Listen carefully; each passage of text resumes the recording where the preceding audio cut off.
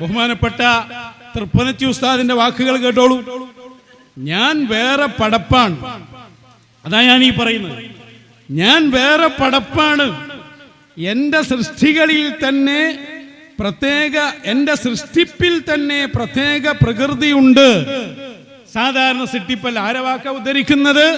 മഹാനായ വലിയുല്ലാഹി തൃപ്പനച്ചി ഉസ്താദ്.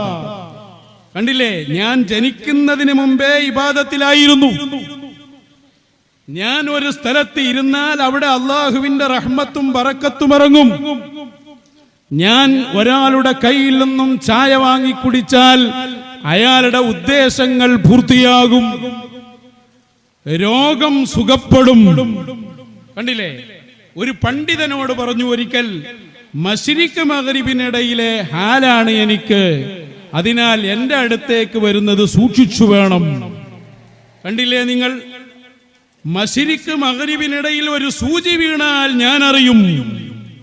ഞാനൊരു സ്ഥലത്ത് നിന്ന് മറ്റൊരു സ്ഥലത്തേക്ക് മാറിയിരുന്നാൽ കാര്യങ്ങളുടെ ഗതിവിഗതികൾ മാറിമറിയും.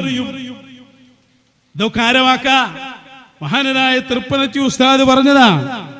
ഇങ്ങനെയുള്ള വലിയ വലിയ വാചകങ്ങൾ, മലക്കുകൾ, ജിന്നുകൾ, മനുഷ്യൻ, ഭൂമി, ഇവക്കുമേൽ തനിക്കുള്ള അധികാരത്തിലേക്ക് സൂചിപ്പിക്കുന്ന വാചകങ്ങൾ ചില പരീക്ഷണ പ്രതിസന്ധി ഘട്ടങ്ങളിൽ ഉസ്താദിൽ നിന്ന് ഉണ്ടായിട്ടുണ്ട്.